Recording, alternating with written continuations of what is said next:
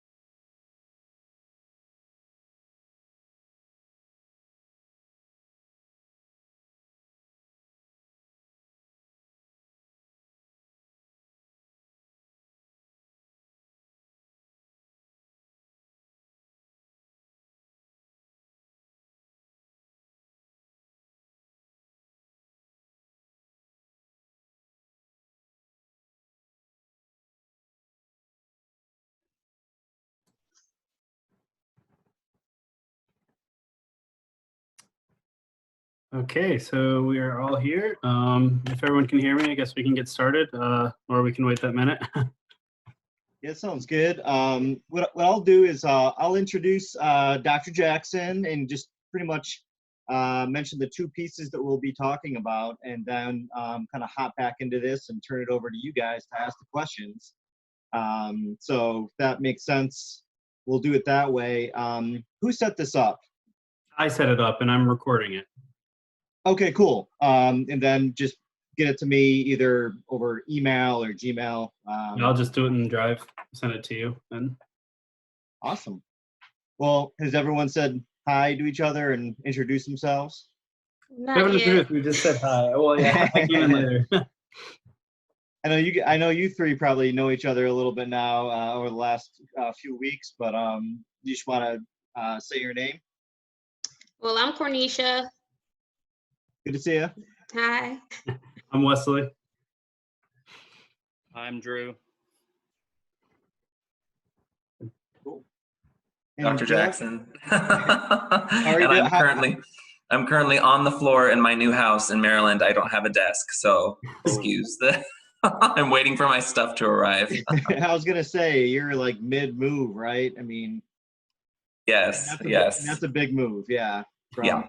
San Antonio, right, to is it College Park, right? Is that where it is, or is it right in Baltimore? No, it's in Baltimore, but I actually live in Frederick, which is further out. It's west.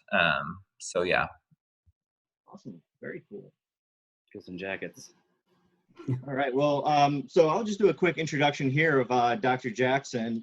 As we just mentioned, he was at the University of Texas, San Antonio, and recently moved to Johns Hopkins University, where he is now an assistant professor in the Bloomberg School of Public Health in the Department of Population, Family, and Reproductive Health. And today I wanted to bring Dr. Jackson in to talk about a couple of his recent articles. One is in Health Education and Behavior, and that's titled Food Insecurity and Violence in the Home, Investigating Exposure to Violence and Victimization Among Preschool-Aged Children. And the second is one that I worked on with Dr. Jackson, and that is in Health Affairs titled New Evidence of the Nexus Between Neighborhood Violence, Perceptions of Danger, and Child Health. So as all of you now know, having read those and looked into Dr. Jackson's background a little bit, he's really interested in health criminology, particularly how exposure to violence and food insecurity relates to a whole host of negative life outcomes. So I think this is a great way to sort of wrap up this course, which is an 8-week summer course. I think I was telling you about this before, on child and adolescent victimization. So this brings in a whole sort of other arena, looking at a broader scope of health issues. So with that, I'll turn it over to you guys to ask the questions. The way that we've been doing this is pretty laid back, just basically a discussion on the articles, but also any other tangential or other issues you want to bring up. I'm sure we could field those questions as well. So again, thank you very much, Dr. Jackson, for joining us and being here, and looking forward to getting this discussion rolling. Sure, you're welcome. Thanks for having me. Who wants to start it off? I'll start. I'll ask a question. I think we sent you these kind of earlier, but so I'd like to start focusing on the food insecurity and violence in the home. And it's the first question that we kind of sent you. So this study is just sampled from the U.S. population. I thought that was interesting. I mean, that's excellent. But do you think that being conducted in the U.S. kind of changed or set how the study went out, or the results that you had gotten? Like if you did it in other countries, do you think that the results would be the same, just with different families experiencing these same stressors? Or do you think it's kind of heightened because of how the US is positioned in the world? I think this isn't, when I read this question, I thought it was such an excellent question. So, and it made me think about the body of literature that exists on this question. It's fairly limited, and it's almost entirely in the United States. The samples are almost entirely in the US that look at this question of whether household food insecurity is connected to violence in the home, whether that's violence against children, intimate partner violence, et cetera. So I think your question is actually quite brilliant because it's something that has been almost like never studied. I think there might be one study out there that is an international study outside of the US. So to answer your question, I think there's a few things to think about. One is that the rates of food insecurity vary wildly by country. So if you're looking at, sub-Saharan Africa, you can have 50 to 55%. If you're looking at South America, depending on the country, 30, 35%. In the United States, food insecurity is around 12%. So it's just completely different, like you said, based on just in terms of the rates, based on geographic location. I guess the bigger question is, like you said, is what's the source of the mechanism that connects food insecurity to violence? And I think that's really pivotal to whether we would expect it to be different or not. So if it is a function of unmet expectations that are related to the American dream and kind of financial security and stability, then I do think that could be quite different because it's culturally specific. If we're talking about more severe cases of food insecurity where there could be chronic malnutrition and the violence is stemming from kind of self-regulatory impairment in some way or some other type of regular outburst from chronic deficits in basic nutrition, then that would be expected to happen essentially everywhere. But I do think that in most cases that's not what's happening. In most cases, this is just kind of a marker for mental health issues, for stress, for family dynamics that might be a little bit strained. And so to the extent that that's happening, I think it could be quite different in the US. And so I think it's a really insightful question. We don't really know yet, though, to be honest. So this is all somewhat speculative. But if you had to ask me, I would say probably would be a little bit different in other countries. And it probably would be heightened here based on some of those things you mentioned. Yeah, and as you said, I mean, we would have to figure out what's kind of causing this to kind of go through and do those studies on different parts of the world. So, okay. I wanted to push off of that. So I'm a political science major, not more criminal justice, so I'm more like the policy of why things happen.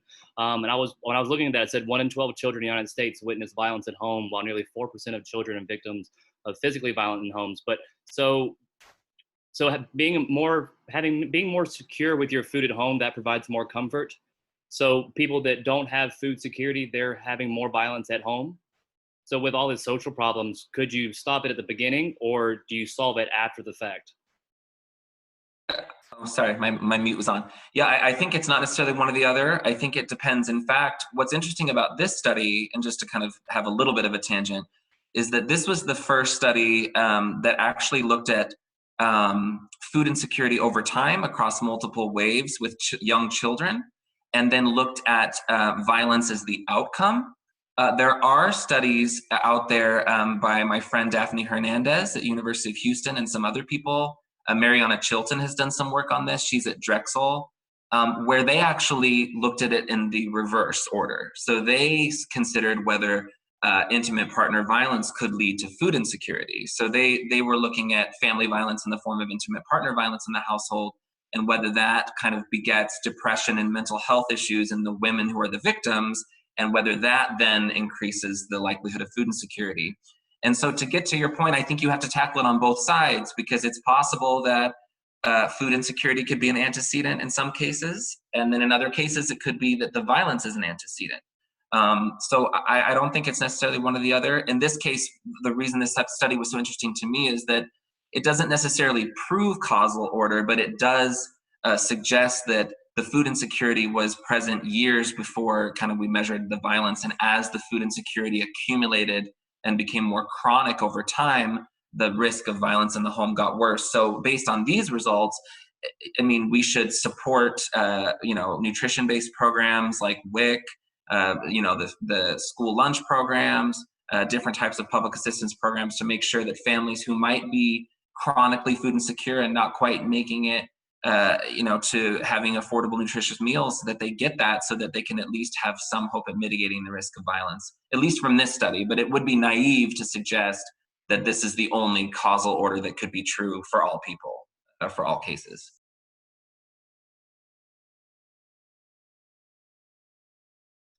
And since we're still on the food insecurity research project, what were some of the considerations you took when you were drafting your survey questions?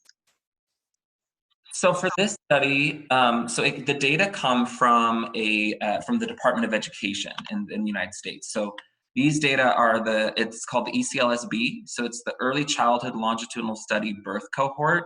The study began in 2001. So just to tell you, I was 16 in 2001 and I wasn't doing this yet. So I'm turning 35 next week. Happy birthday to me. No, I'm kidding. So I didn't draft the questions. The questions are part of the USDA food security module, and there's 18 of them. If you look at the appendix of that article, you can actually look at each one. But yeah, it's very standard module that they use in the United States and really around the world to get at food insecurity. And basically what it looks at is just how stable are the sources of food in the home? Are people going without meals? Are they skipping meals? Was there not enough food to be able to support the family? And it's interesting because there's questions that pertain to the children, and then there's questions that pertain to the household and the parents. We didn't have enough power in this study to be able to look at child-specific food insecurity. So that's really important to keep in mind, because many of the times in food insecure homes, the children aren't necessarily malnourished or going hungry all the time. It's often that the parents are going hungry or not adequately nourished, and they're shielding their children from the hunger. There's a lot of research on that as well. So that might suggest that it's more about the stress of where's the next meal going to come from for everyone, or we don't really have enough to be comfortable in terms of our nutrition environment, right? So yeah, there's lots of questions, and you can kind of look at those in the appendix. That's actually excellent, because I was going to piggyback off that real quick, Dylan. I'm sorry. So, I mean, you've done, quite a few studies now on food insecurity and using, sort of these standard measures. Are there any questions that you think aren't being asked that need to be asked? Like, looking at some of these more national studies, obviously you can't put, every single question you could ever possibly want on a survey, but is there a question or a couple of questions that you think like these are the new areas or new questions that we need to be asking because we're missing a big component of this type of research? Yeah, so what I will say is, and this is kind of related to this, is I've done food insecurity research for a while now, and I think the hard part about selling this research is that often people assume that food insecurity is synonymous with poverty, right? Because a number of the questions do speak to you couldn't afford food, right? Like you didn't have the money to really get enough food, and that is a key feature of what food insecurity is. But I think we need to start cross-validating or integrating some measures that are about the affordability, right, and the kind of the part of it that's related to the economic side, but also the nutrition side, right? So as I was speaking to about the children, in many cases, when these studies that look at food insecurity, and I've done this as well because it's kind of the standard, you just have a cutoff. So it's like, okay, well, if you answered in the affirmative to 3 of the 18 questions, then you are food insecure. But what does that actually mean, right? And that can vary from household to household. So getting at what Chad said, I think that's really the issue here is let's get at more of the variability, and let's start to bring in maybe some ways to look at specifically like what are we eating, what are we not eating, right? The details of the diet, and actually getting at the nuances of that for different family members, I think would be really, really useful. And I have done some work that looks at dietary habits and things of that nature, but food insecurity tends to overlook that because it's focusing more on just could you afford a sufficient amount of food? But often studies that look at food insecurity, they're just really rudimentary in the measurement. So I agree. I think there's a lot more we could do there. Thanks. Yeah, Westwood, sorry. That's okay. I was saying that I'm glad that Cornisha asked that question because the appendix questions, I must have just read it wrong. I was thinking that those were the questions that you asked the fraternal groups because that one study was mainly of the mothers to kind of get different data. Those questions, is that what you asked the fathers as well? Then, just so it was the same exact data, or did you come up with a different questionnaire to kind of get that? So you're still referring to that same study then? The same study. Yeah. So okay. So with these data, they had the primary caregiver answer these questions, and it was typically the mother. And if I'm remembering correctly, because there's so many different data sets I've done, these I don't think they asked them in these data separately for fathers. And I think that's true because I don't think that they really had access to many of the non-residential fathers. So it's a household level variable. So they really only need to, ask one person, and assuming that, the validity of the measurement is good, it's generalizable, it should apply to the household more broadly. But I will say this, often scholars are interested in the mothers when it comes to food insecurity, because there's a lot more research out there that suggests that food insecurity is more harmful to the health of women and mothers. And so I think that it actually is kind of consistent with what we know about food insecurity and its impact on women and children. There's a lot of questions about why that is, and there's still a lot of for debate, but I think it's probably just as valuable, if not more valuable, coming from the mothers and the fathers in most situations. So yeah, and they just didn't have enough non-resident fathers to be able to ask, get enough information on that from them.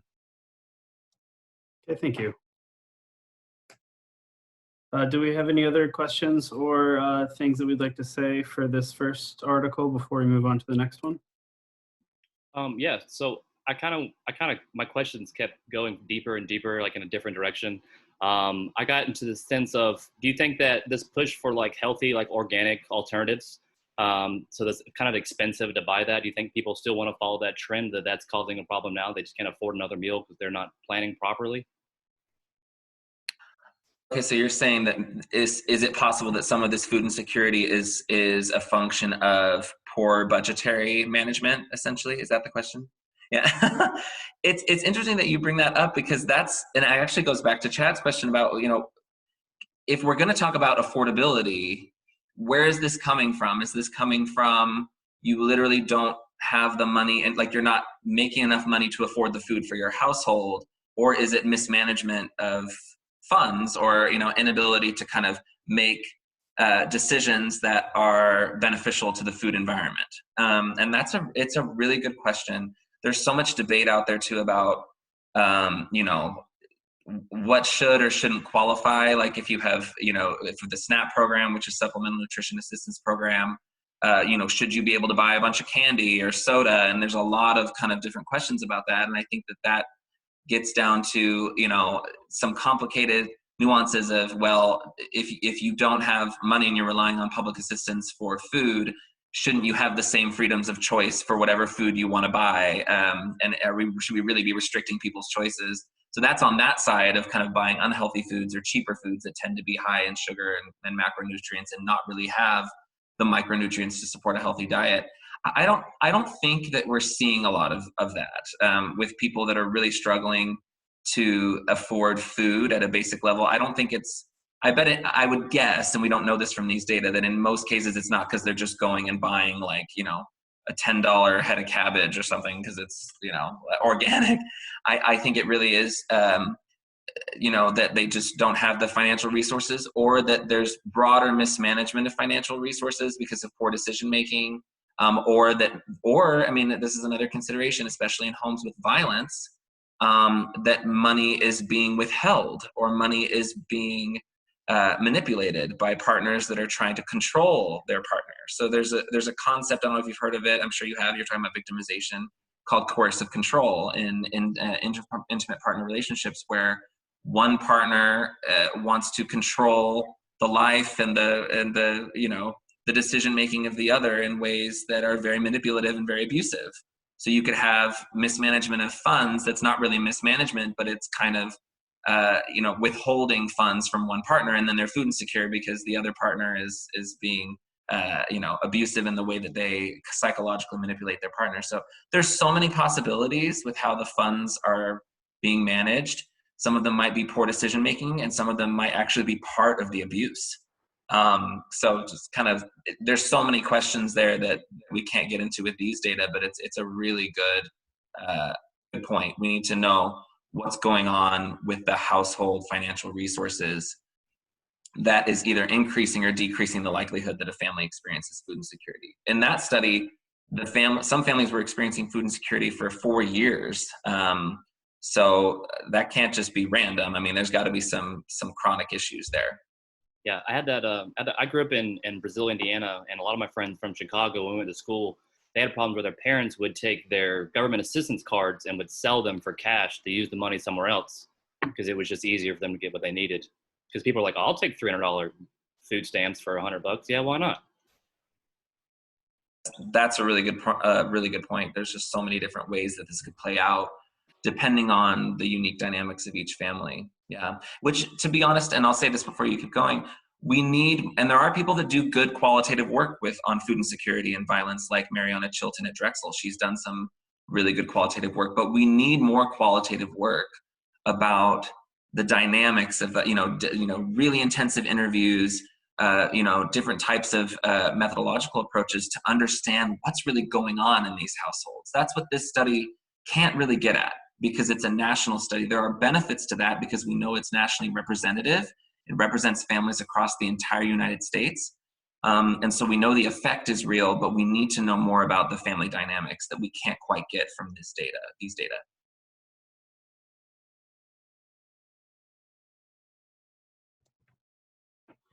All right, anything else on the food insecurity article? And yeah, I was just going to mention too, is another group talked to my cousin who's in San Diego, and she's a child abuse pediatrician. And one of the things that she mentioned, just because in this conversation we've kind of mentioned it, she's seen basically starvation or withholding food as like a punishment that some people, inside their homes use for their children. And so again, they might have the money, but it's a larger issue of child maltreatment, and is punishment or is neglect. It's, yeah, I got the money, but I don't care, or like, you don't deserve it right now. And so she's seen that, and that was kind of surprising to me that this was a little bit more widespread than I had originally thought. So insecurity could come from, I guess, several different mechanisms. So we need to look at that. No, just a comment. Okay, well, I guess we're going to move on to the second one, which is the new evidence of the nexus between neighborhood violence, perceptions of danger, and child health. I guess I'll start off with this as well, which, I do have to say, and I included it in my question when I should have just said it instead. I'd never considered kind of the link between child health and the neighborhood violence and perceptions of danger. So I really found this interesting as well, just to kind of link things together. When reading it, and I could have missed it, but I didn't see the neighborhoods that didn't have these factors included here, like maybe in the graphs or just kind of in the results or putting them together. Is there a reason that there wasn't compared to, neighborhoods that have this and neighborhoods that weren't? Just to see like how it does affect the child health with those added risk factors? Or did y'all even, or did that question even come up in the study of changing and putting that in there? Yeah, so a couple things. So if you look at, I'm not really good at this. I guess I can share my screen, right? Let's see. Does this work if I press share screen? No, I don't get to. Okay. Host has disabled. Okay, I won't do it then. If you have the article, if you look at Exhibit 4. So you guys see Exhibit 4 there? It's like, it's a bar graph. Okay. So if you have it, if you don't, that's totally fine, but I'll kind of guide you through this either way. So what this is looking at is essentially the number of health dimensions, because we had 4 different dimensions here, right? And they include like chronic conditions and health challenges and or health difficulties, developmental disorders, mental health conditions. So we have these 4 different dimensions, and this is kind of counting the number of dimensions in which children had one or more health conditions. And so as you go higher in the number of dimensions, you're seeing a higher rate of exposure to neighborhood violence and perceived danger. So getting back to your question, this is actually showing you that it's essentially giving you the comparison between people who were exposed to neighborhood violence and people who were, or children who were and children who weren't, as well as children whose parents perceived the neighborhood to be dangerous and children whose parents did not. So for example, if you just look at Exhibit 4 for those children who had no health conditions in any of the dimensions, right?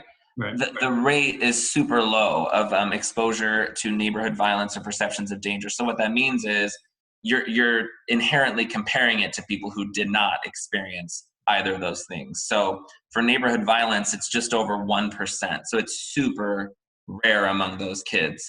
So you do include the full sample, which is over 50,000 participants.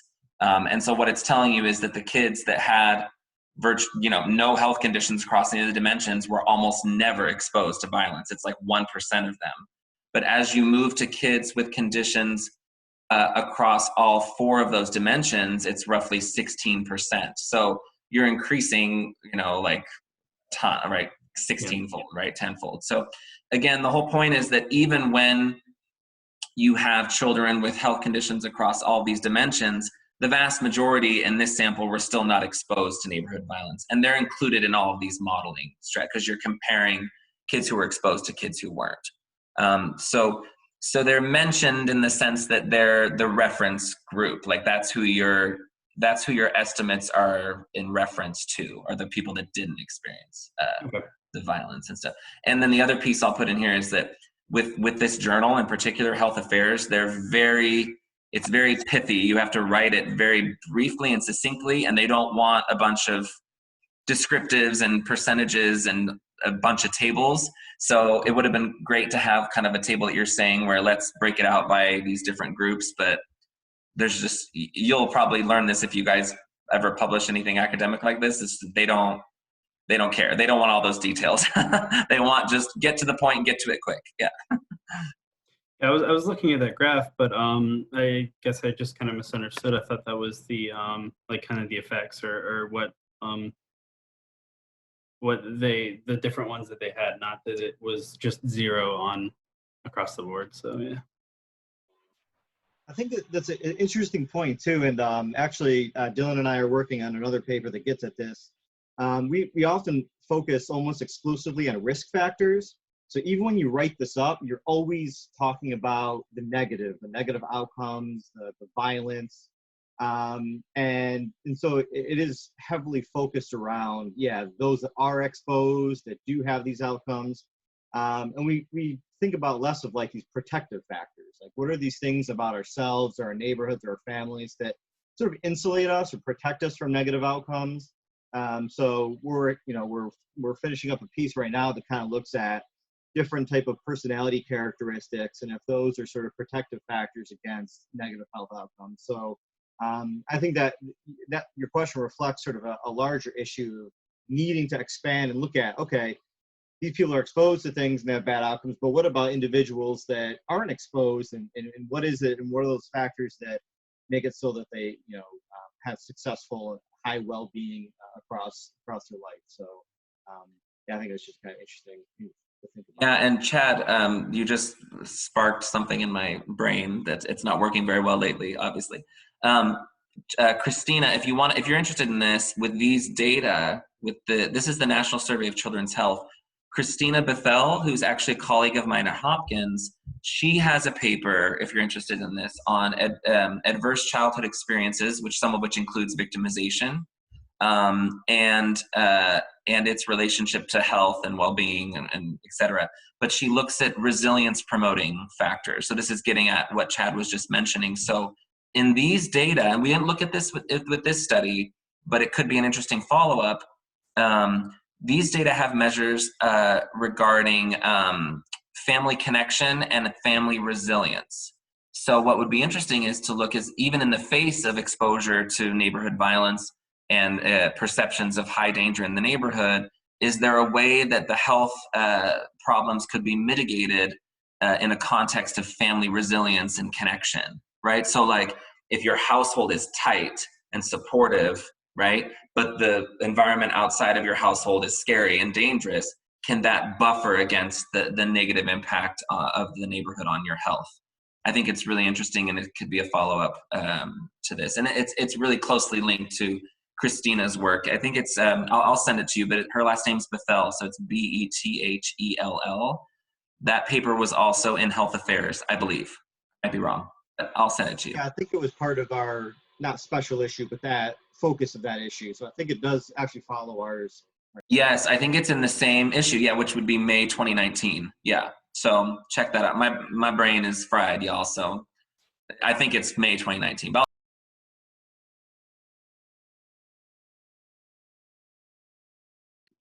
I was kind of curious. So we was talking about children's health and neighborhood violence. So like Dr. Posick kind of touched on that a little bit, but I was curious, like, so you have kids, like, let's say, like, I grew up in the middle of Indiana, like, I could walk down the street, I could walk to school and walk back from school, and like the neighbor next door would give me a ride or whatever, like we'd share milk and whatever. But when we go to Chicago, it was like a different atmosphere. I had friends lived in Chicago that it was like, oh, we're used to this every day. And to me, it was always like a culture shock. So I was kind of curious, like people who live in that kind of like close knit, like large city thing, are they used to that? Like who was questioned when you did the information for your research? so for the violence, so when it comes to the National Survey of Children's Health, which is where these data come from, it's a national sample of non-institutionalized, children, families in the United States. And it surveys children or families with children that are like newborn babies, like 0, all the way to 17. And so what that necessitates, fortunately or unfortunately, is that parents or primary caregivers be the respondent. So that was actually someone else's question, which is probably going to follow, right? I got you. Yeah, which is an issue potentially, right? Because if we're asking about the child's exposure to violence or being personally victimized, et cetera, in the neighborhood, is the parent necessarily going to be aware, especially if they're like 15, 16, 17. And like you just said, Drew, if this is just like a way of life, like, oh, I'm used to like getting my ass kicked in the neighborhood every now and then, like, maybe they're not going to go home and cry to mommy or whatever. Like, it's just, if it's kind of like a code of the street thing, like they're just used to it. This is the urban environment. This is just kind of the way of life, and violence is an acceptable problem-solving tool. That's a very different environment from exposure to violence maybe in a more rural area or, or lack thereof. So I think these are really good questions. We account, I don't know if we did in the final manuscript, but in various iterations, we accounted for kind of the rural-urban difference here in the results held. But I do think that it is a question of kind of how does this play out? What does this look like in urban versus rural environments? I think it would be really interesting to do a study to see, how much of this is happening in urban versus rural, and does the broader context of kind of being used to it affect health differently? Some people would say, there's arguments both ways. So some people could say, if violence is normalized, it's kind of, this is just what it is, it's just a problem-solving tool, and this is just what people do in this neighborhood. One argument could be that maybe it won't impact your health because it's just, oh, this is just par for the course, this is just what happens, and I'm used to it. The other argument, which we kind of talk about in this paper, is that it actually just, when you're inundated in that amount of violence, it actually builds in this kind of chronic wear and tear on your system. It's almost like running a car on like high RPMs. It's just gonna like burn out your engine over time. And then your body just doesn't function the way it should. And so that actually impacts your health negatively. So I think you can make arguments either way, but most people would say that if you're inundated in that violence, you might get used to it on some like cognitive level, but your body doesn't know the difference, because your body, your primitive, nervous system is just reacting. You don't control that consciously, and that does affect your health in innumerable ways. So yeah. So my question from yours was, what was the best preventative methods for child's health, and do we help stop the problem from arising at the start or nurture the broken after the fact? Well, I'm biased. I'm all about prevention science. Like, I just think that, okay, this is what I'll say. In reality, you can't prevent everything. Like, so you need to be ready. It's kind of like, I just got into this new rental, and, I couldn't prevent the fact, which was really annoying, that my water heater wasn't working the night I got here. And then I was like, so I had to like fix the problem, right, after the fact. Would I have preferred to not have fixed it after the fact? You're damn right. Like, I would have wanted to prevent that from happening. I wanted my hot shower right after my long drive. But sometimes like stuff happens, right? And you have to fix it after the fact.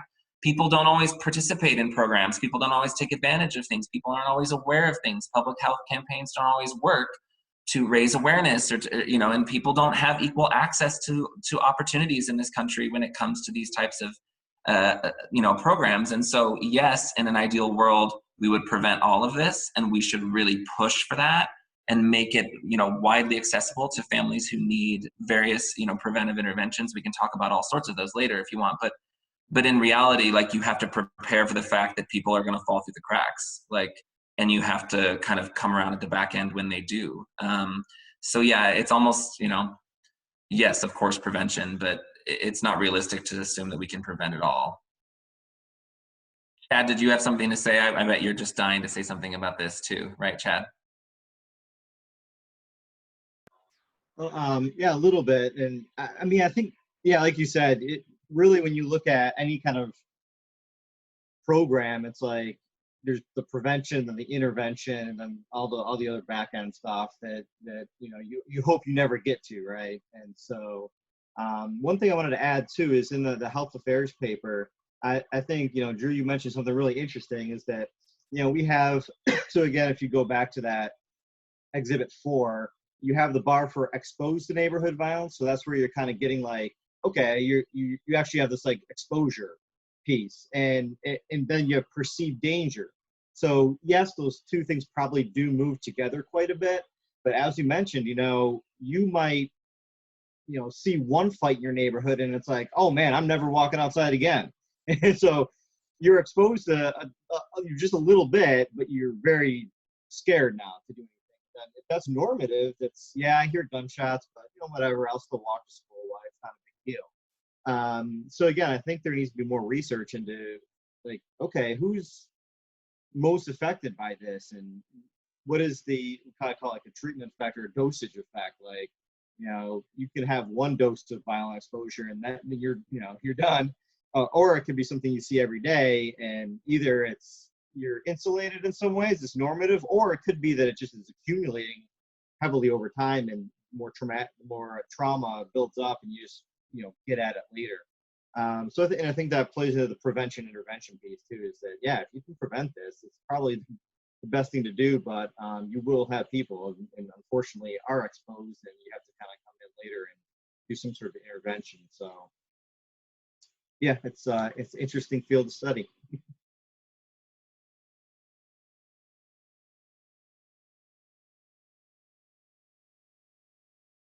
Any other questions on this exposure to violence piece and health outcomes?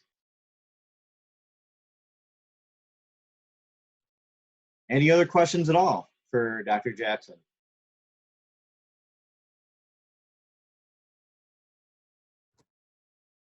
Pranesha, were you going to say something? I know you're okay. I just want to make sure. I had a question, but I didn't write it down. It was yeah.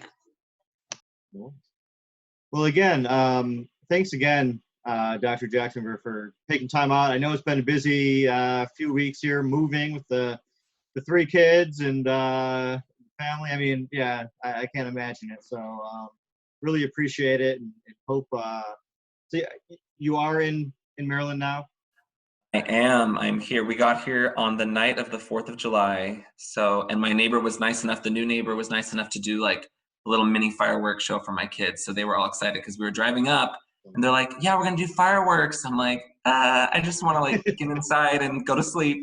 And the neighbor had fireworks, so that was really nice. So, we're here now. So excellent. Thanks for having me. I mean, this is great. I really appreciate that you're interested in this work. It's really meaningful. And if you're interested in anything that I'm working on in the future or want to ask more questions, reach out to me anytime. I'm really chill with this stuff, so don't be afraid to reach out to me. Awesome. Thank you for taking the time out to actually sit down and talk to us about your work and things that you have coming up as well. Of course. Well, great. This is really awesome. So thank you to everybody for the questions and the discussion. And again, well, I'm sure we'll be in touch here in the future sometime. All right, All right. sounds good. Have a Take good care. weekend, everybody. We'll see you later. All Have a right, good bye. weekend. Again. Bye. Thank you.